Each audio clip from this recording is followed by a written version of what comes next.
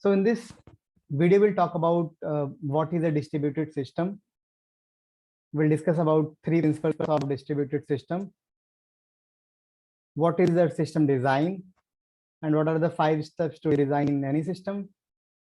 We'll also discuss some of the concepts and components that we use in system design like scaling, load balancing, and caching. And we'll also discuss about database concepts involved in system design. And in later part of the video, we'll also talk about few case studies that we'll implement. So first one will be a reader writer system. Second one would be a tiny URL, rate limiter. And finally, we'll also do a case study for ride sharing system. So this is the index. This is the all the topics that we'll be covering in this tutorial. So let's begin. So first, what is exactly a distributed system? So distributed system consists of multiple components. These components resides on multiple physical machines trying to achieve a common goal, and they communicate through some sort of mechanism like messages. So these are the 4 characteristics of distributed system. So distributed system consists of multiple components residing on multiple machines trying to achieve a common goal and communicating using some sort of mechanism like messaging.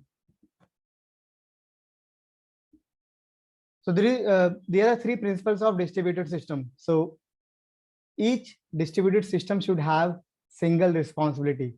So what exactly is a single responsibility? Each component should have a single job to perform. So second one is no single point of failure. System should never have any component whose failure will result in failure of the entire system. This is called no single point of failure. Third characteristic would be no bottleneck. Since we design for scalability, our system should not have performance bottlenecks. So ideally, we should horizontally scale our system to handle large amount of processing. So scalability is something, so suppose you have designed a system that caters 5 requests, but after some time, the number of requests are increased from 5 to 500, 500 to 50,000. So the system should be scalable. System should not show latency when it is processing large number of requests. So this is called scalability. And horizontal scaling, we'll discuss about horizontal scaling in later part of the video. So what are the 3 principles of distributed system? It should have single responsibility, no single point of failure, and no bottleneck also.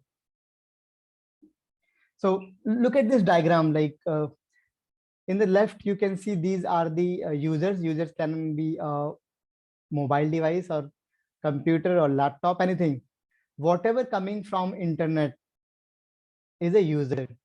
So whenever you open a website, suppose we are opening a website called google.com. So that google.com, whenever we type on the browser, that request goes to the load balancer. So what exactly is a load balancer? So load balancer is the kind of a reverse proxy that balances the request among different servers. So in this diagram, we can see we have only, like, this is a very simple diagram. So this is a web server. The request coming from load balancer goes to the web server, then app server, and then app server interact with the database.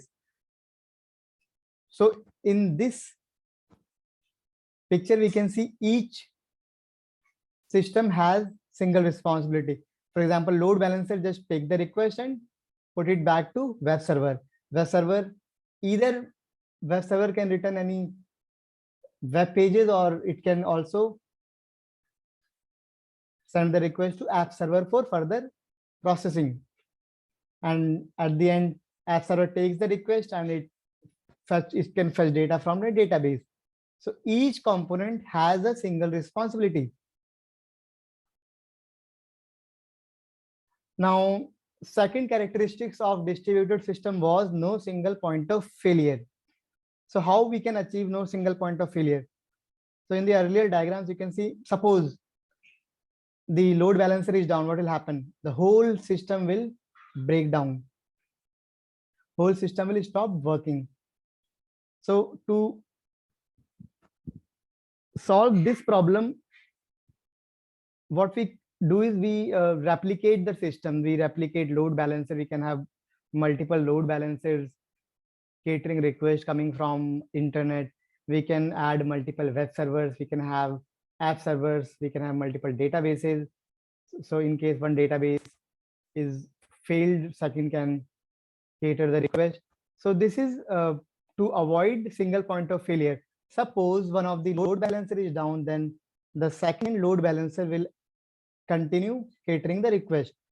Even if a web server is down, then the other web server will keep on interaction, keep the system alive. So this is to avoid single point of failure, which is the second characteristics of our distributed system. No bottleneck principle.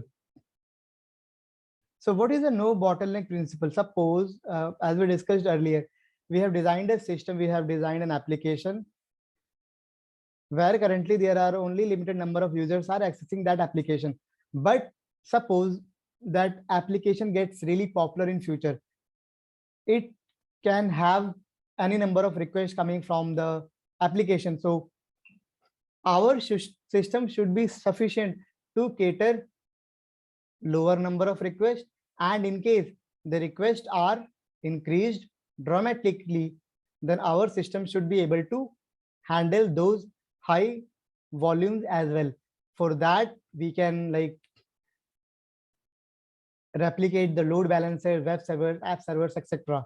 So this is to provide no bottleneck principle. So this is very simple diagram. In real life, like things work differently. Like we do not need multiple load balancers. We might need most of the time load balancers comes with their auto replication. Like we do not have to create separate load balancers. So this is a simple solution that describes no bottleneck principle of distributed system.